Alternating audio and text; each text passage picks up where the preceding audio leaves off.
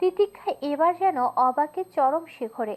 কারণ তিতিক্ষা যতটুকু মনে আছে, তিতিক্ষা যখন শাড়ি পরেছিল তখন সে মাথায় ঘোমটা দিয়েছিল, এখনো মাথায় ওড়না দিয়ে আছে। তাহলেই তো নক্ষত্র ওর চুল বা চুলের খোপা দেখার কোনো সুযোগই পায়নি। আর নক্ষত্র কি করেই বা জানলো তিতিক্ষা চুলে হাত খোপা করে?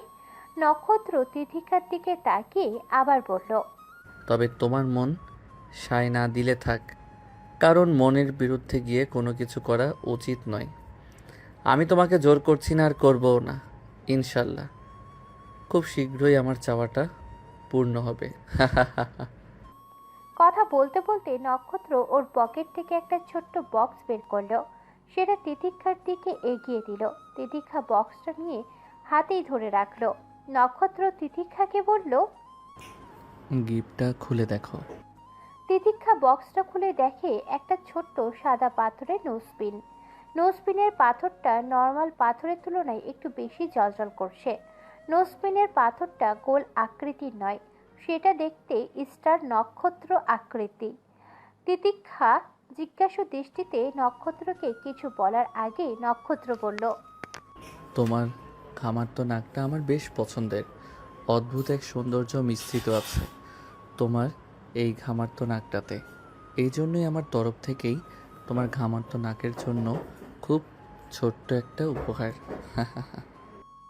নক্ষত্রের এই কথা শুনে তিতিক্ষা এবার সত্যিই খুব লজ্জা পেল। তিতিক্ষা লজ্জা পেলে ওর দুই গাল লাল বর্ণ ধারণ করে। এখনও তার ব্যতিক্রম কিছু ঘটল না। মুখের উপর কেউ যদি এমন কথা বলে তাহলে লজ্জা পাওয়াটা তো অস্বাভাবিক কিছু না। তিতিক্ষা মাথা নিচু করে মুচকি হাসল। নক্ষত্র তিতিক্ষার হাসিটা খুব যত্ন করে ওর মনের কোঠরে গেঁথে নেওয়ার মতো করে পলক্ষীনভাবে দেখে নিল। বিভা বাহিরে থেকে ওদের ডাকছে। নক্ষত্র বিভাকে আস্তে করে ডেকে বলল, সোনাপি, আর একটা মিনিট দাও প্লিজ। নক্ষত্রের কিউট করে কথা বলার ফেসটা দেখে বিভা হেসে ওখান থেকে চলে গেল। নক্ষত্র তিতিক্ষার দিকে তাকিয়ে ওর অনামিকা আঙ্গুল এগিয়ে দিল, যে আঙ্গুলে তিতিক্ষা ওকে রিংটা পরিয়ে দিয়েছে। তিতিক্ষা ভুরু কুঁচকে নক্ষত্রের দিকে তাকালো। নক্ষত্র ইশারাতে তিতিক্ষাকেও ওর আঙ্গুল এগিয়ে দিতে বলল। নক্ষত্রের ইশারা অনুযায়ী তিতিক্ষাও তাই করলো। নক্ষত্র তিতিক্ষার সেই আঙ্গুলের সাথে ওর আঙ্গুল ছোঁয়ালো। নক্ষত্রের এমন কাণ্ডে তিতিক্ষা কিছুই বুঝতে পারল না। নক্ষত্র তখন তিতিক্ষার দিকে তাকিয়ে বলল, শুনেছি অনামিকা আঙুল নাকি আমাদের হার্টের সাথে সম্পর্কিত। এজন্য তোমার অনামিকা আঙুলের সাথে আমার অনামিকা আঙুল ছোঁয়ালাম, যাতে আমাদের দুজনের হার্ট দুইটা অতি শীঘ্রই একে অপরের হার্টকে টাচ করে। নক্ষত্রের এই কথা শুনে তিতিক্ষা বোকার মতো ওর দিকে তাকিয়ে থাকলো। এইটা আবার কেমন যুক্তি?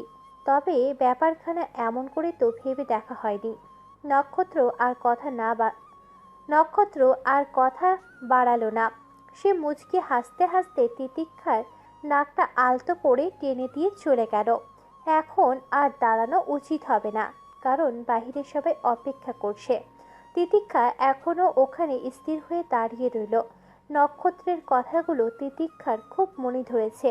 আসলে ব্যাপারটা গম্ভীরভাবে চিন্তা করলে এমন যুক্তি দেওয়া সম্ভব না। এই যুক্তিটা ঠিক কতটুকু সত্য তিতিক্ষার জানা নেই, তবে ব্যাপারটা নিয়ে ওর ভাবতে খুব ভালো লাগছে। প্রিয় মানুষটা, অনামিকা আঙ্গুল, হার্ট অনুভূতির শীর্ষবিন্দু। নক্ষত্ররা এখন চলে যাবে। হালকা নাস্তার আয়োজন করা হয়েছে। তিতিক্ষা ডাইনিং রুমে গিয়ে দাঁড়ালো। নক্ষত্রের আম্মু তিতিক্ষার কপালে আদর দিল। অদ্রি তিতিক্ষাকে জড়িয়ে ধরল। নক্ষত্রের আব্বু তিতিক্ষার হাতে 10,000 টাকা ধরিয়ে দিল।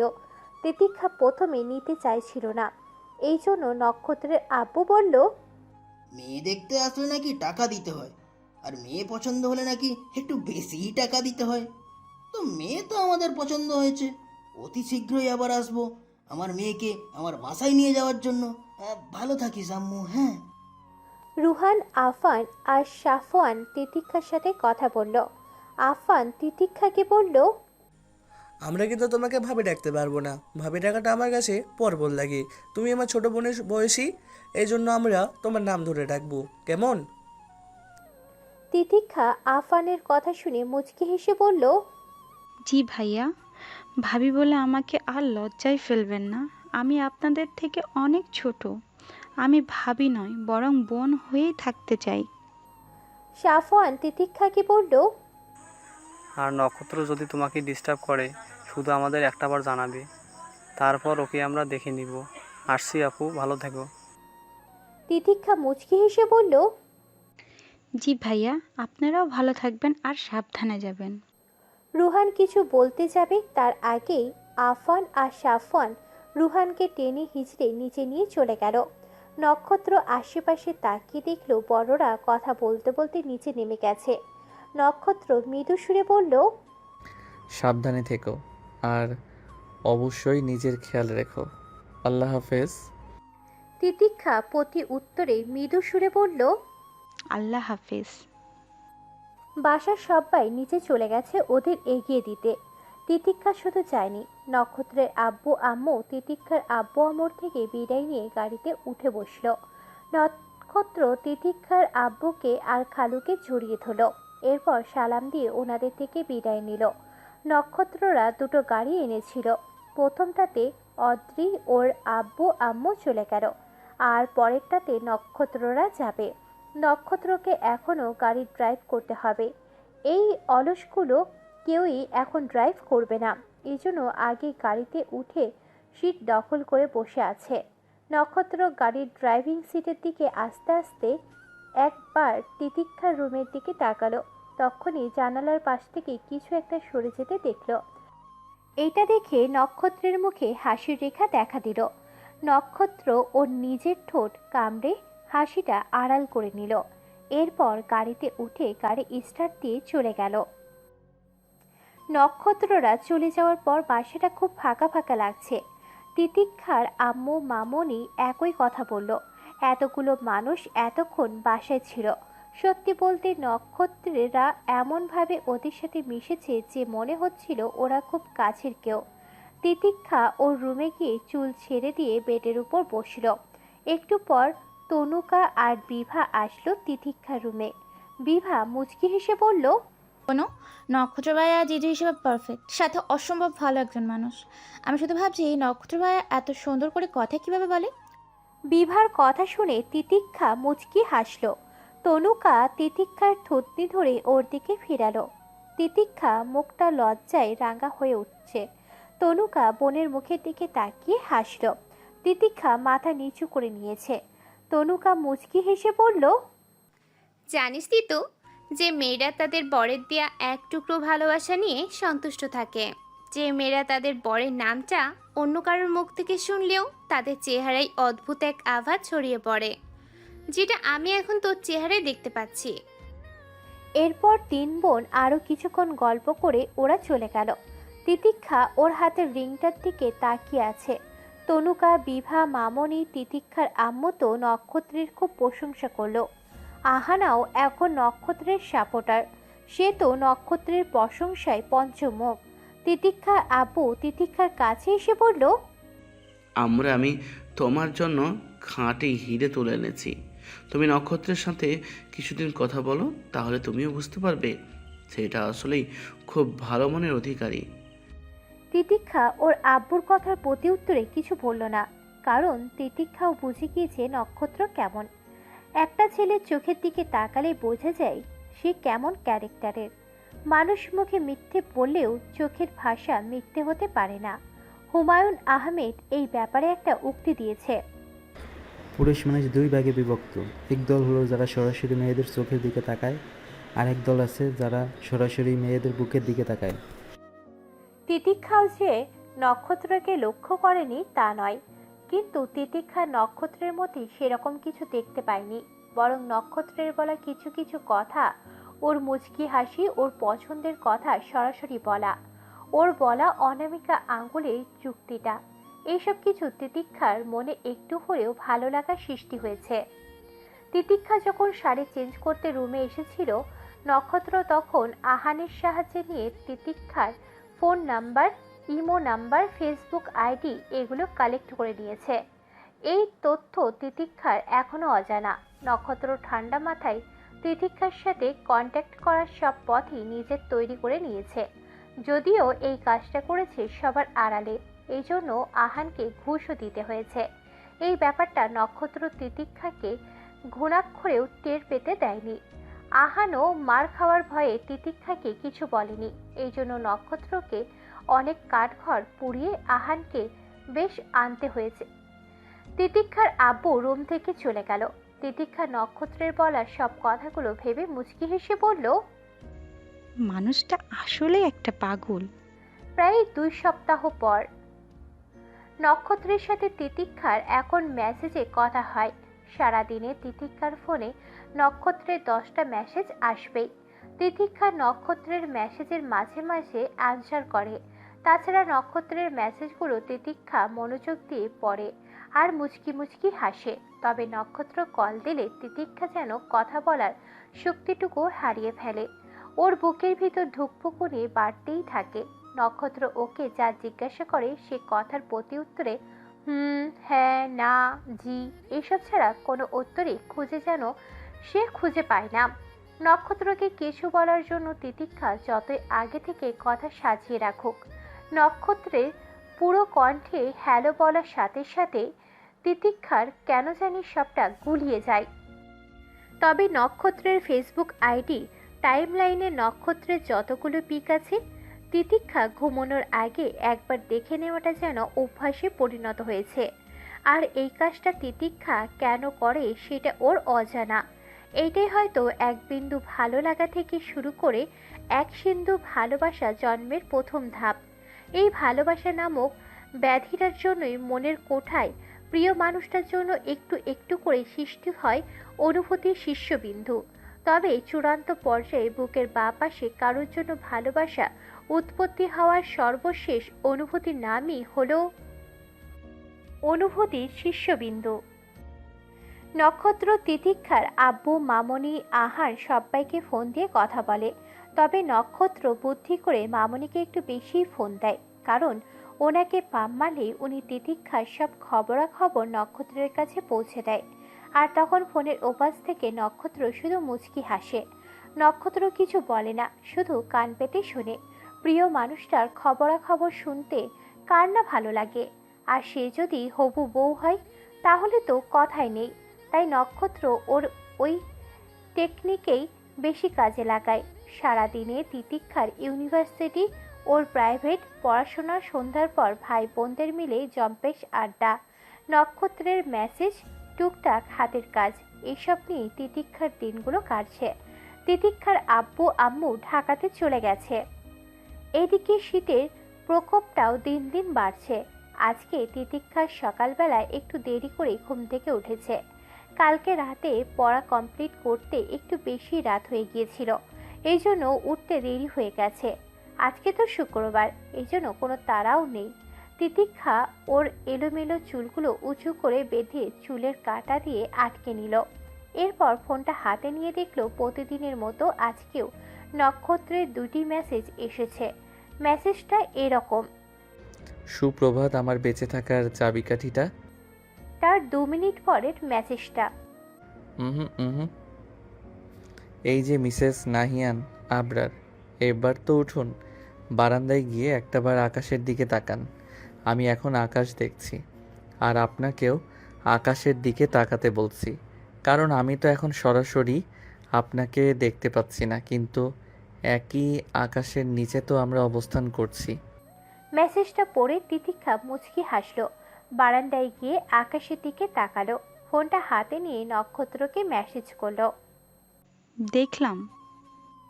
এরপর তিতিক্ষা ওয়াশরুমে ঢুকে বেসিনের সামনে দাঁড়িয়ে চোখে মুখে পানি ছিটে দিল।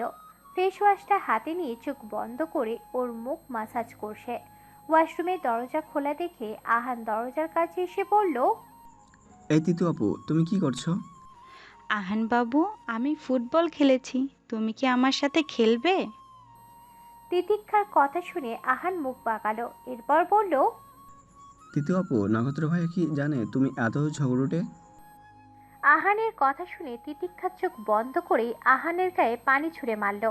আহান তখন চিৎকার দিয়ে বলে উঠল, তিতু আপু, তুমি নক্ষত্র ভাইয়াকে ভিজিয়ে দিলে কেন?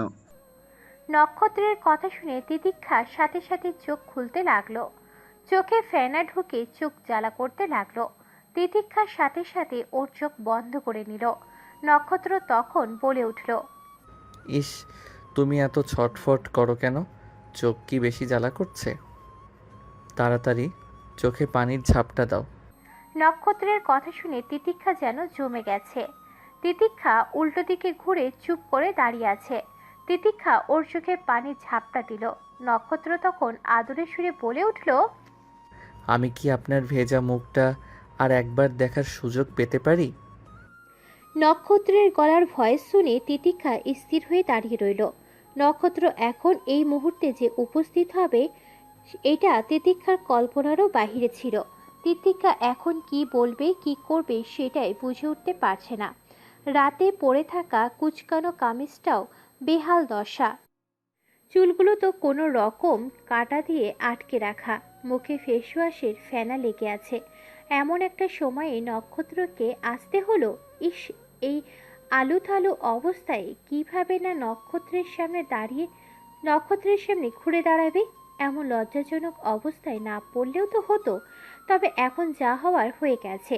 তিতিক্ষা ওর ভাবনা চিন্তাকে পাশে রেখে বোকার মতো আর না দাঁড়িয়ে পানির কল ছেড়ে মুখটা ধুয়ে নিল। এরপর সামনে তাকিয়ে দেখে আহান দাঁত বের করে হাসছে। আর আহানের হাতের ফোনের মধ্যে নক্ষত্রকে দেখা যাচ্ছে। সে ওর মুখে মুচকি হাসি মিশ্রিত মুখশ্রীটাকে নিয়ে তিতিক্ষার দিকে তাকিয়ে আছে। তিতিক্ষা ওর কোমরে দুহাত রেখে আহানের দিকে রাগি চোখে তাকালো। ততক্ষণে নক্ষত্র হুট করে কল কেটে দিয়েছে। আহান এক দৌড়ে তিতিক্ষার রুমের বাইরে চলে গেল। তিতিক্ষাও আহানের পিছনে ছুটে গিয়ে থেমে গেল। এখন আহানকে ধরা ওর পক্ষে সম্ভব হবে না।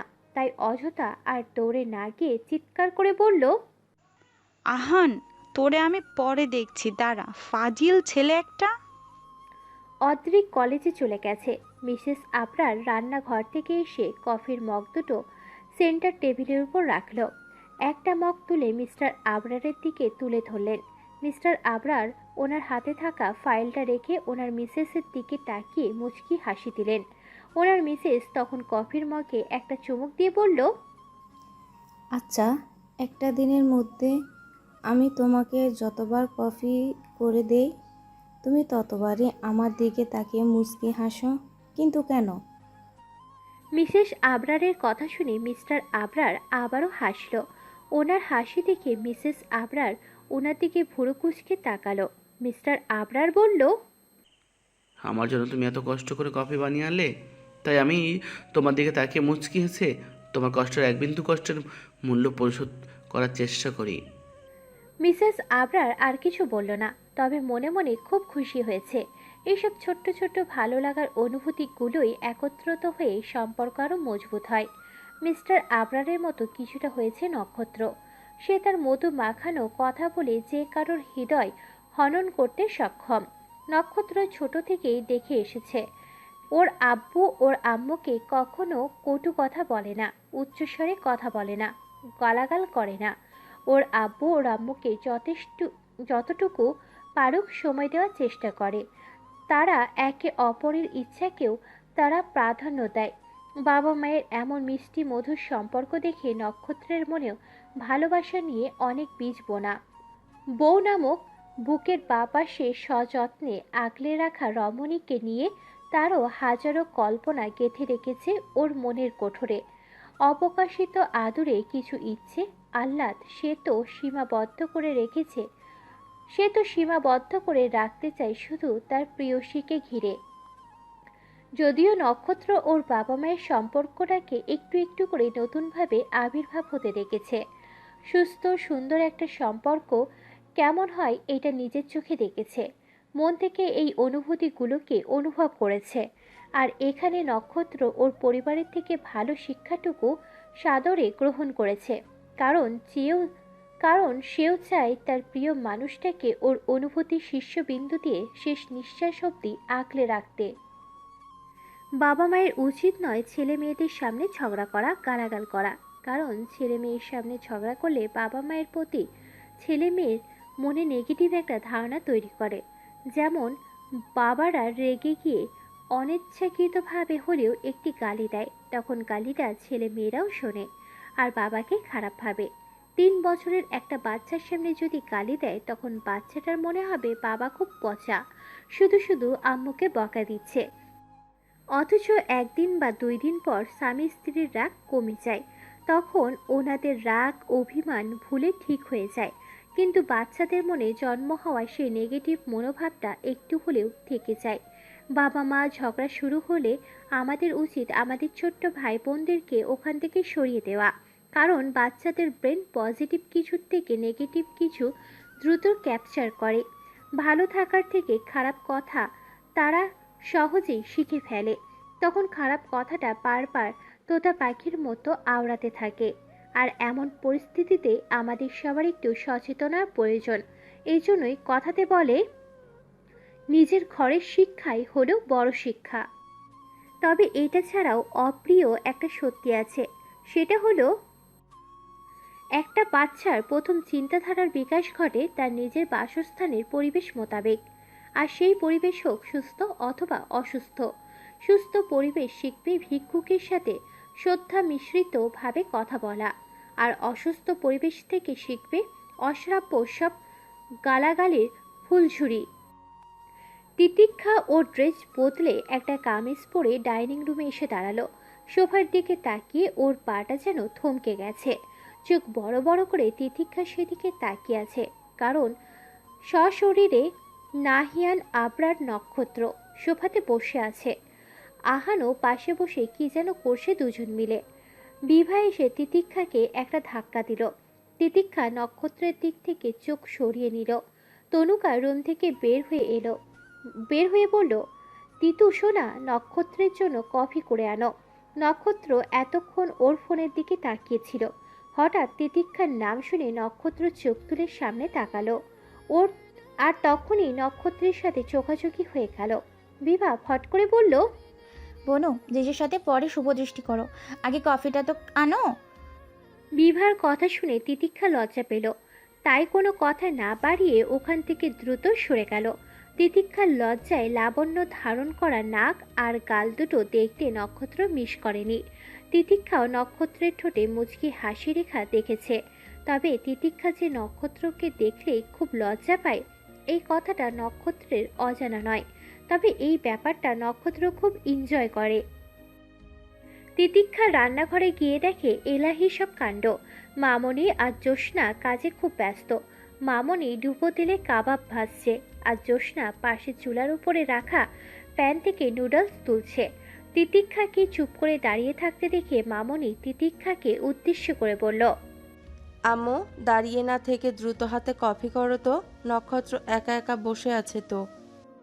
তিতিক্ষা ওর মামনির কথা শুনে আর দাঁড়িয়ে না থেকে ওর কাজে লেগে গেল।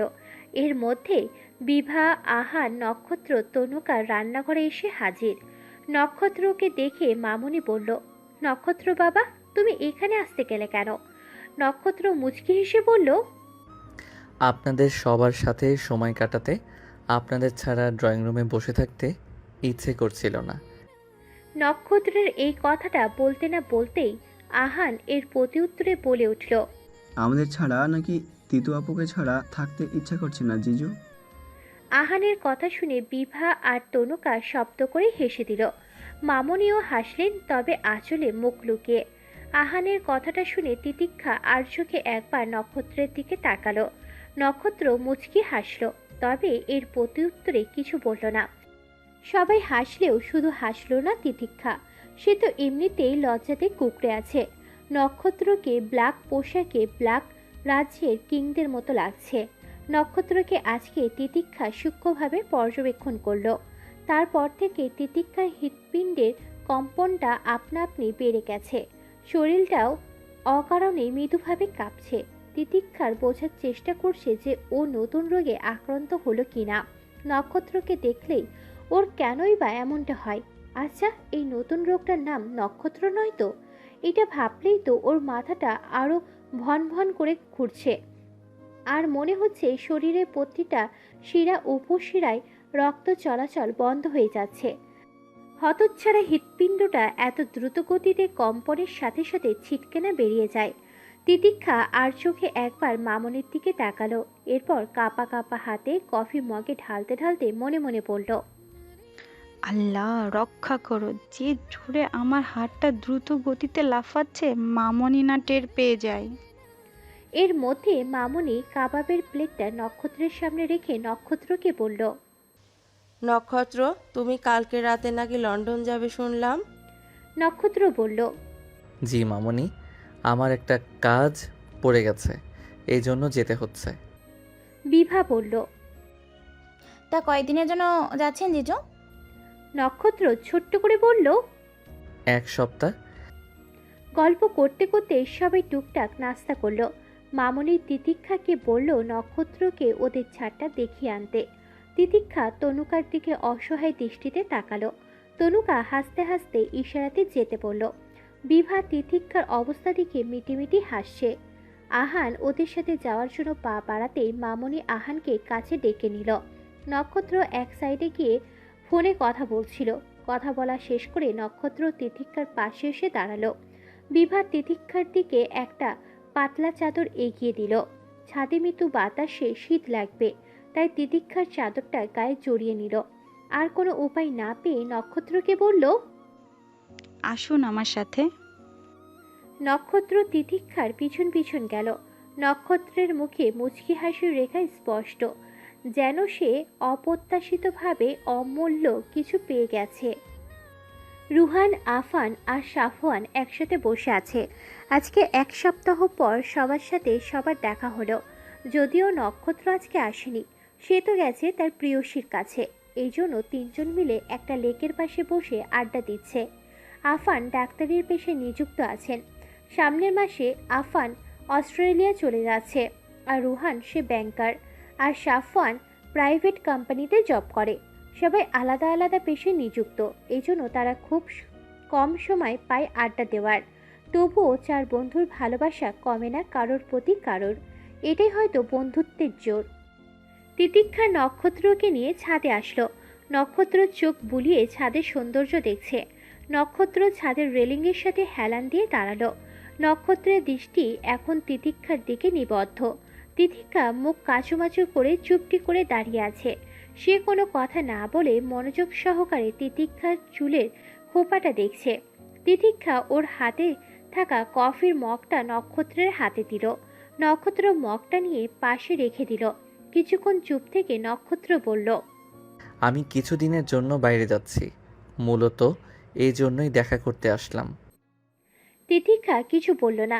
আর কি বা বলবে, গলাতে শুকিয়ে মরুভূমিতে পরিণত হয়েছে। নক্ষত্র মৃদু সুরে আবারও বলল, তুমি আমাকে কিছু বলবে না?